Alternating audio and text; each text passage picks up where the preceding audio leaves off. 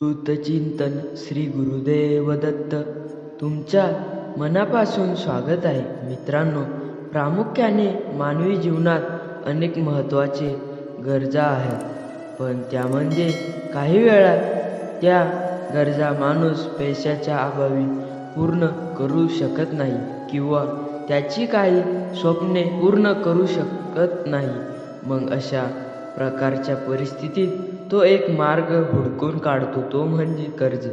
कर्ज काढणे हे कोणाची इच्छा नसते, पण आपण अडकलेल्या परिस्थितीत बाहेर पडण्यासाठी तो या पर्यायाचा उपयोग करतो आणि हप्ते फेडत बसतो.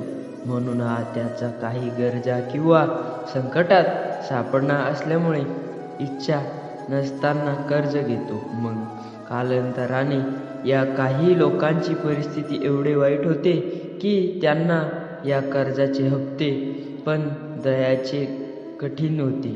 मग या कर्जाच्या डोंगराखाली काही जण दबून जातात. यावर आपण श्री स्वामी समर्थ यांना सांगितलेले उपाय करणार आहोत. श्री स्वामी समर्थ म्हणतात की आपण मंगळवारी कधीच कर्ज घेऊ नये, कारण ते लवकर फिटत नाही आणि चुकूनही कर्ज घेतले तर या हप्ता देण्यासाठी हाच दिवस निवडावा. मंगळवार प्रमाणे शुक्रवारी सुद्धा कर्ज फेडण्यासाठी शुभ मानले जाते. याच्या बरोबर काही ज्योतिषशास्त्रानुसार किंवा उपायानुसार आपण लवकर कर्ज फेडू शकतो. श्री स्वामी समर्थ म्हणतात की जर कोणाकडून कर्ज घेतले नसेल तर त्याला 5 ते 10 हजार रुपये लगेच परत करा. ज्योतिषशास्त्रामध्ये कर्जमुक्तीसाठी भगवान गणेश यांचा खूप महत्त्वाचा दिलेला आहे. जी व्यक्ती याची रोज पूजा करते आणि याबरोबर श्री हनुमानाची पूजा दर मंगळवारी केल्याने कर्जमुक्त मिळते. हनुमान यांना पूजेचा प्रसाद म्हणून लवंग अर्पण करावे, लाल मसूरची डाळ दाने करावे. स्वामी समर्थ म्हणतात की बुधवारी कोणालाही पैसे देऊ नये, कारण मग ते पैसे एक तर बुडतात किंवा वसुलीला त्रास करतात.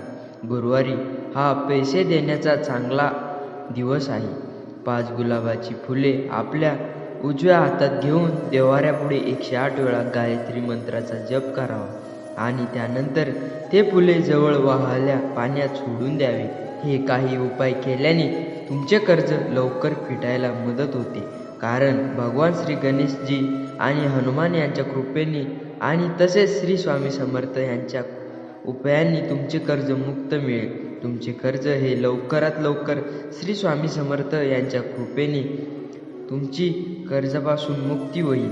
ही ईश्वरचरणी प्रार्थना तसेच गुरुचरित्र पठण करावे. तसेच रोज ठरलेली स्वामींची नित्य सेवा करावी, ज्यामुळे अडचणी कमी होतील आणि तुमचा खूप फायदा होईल.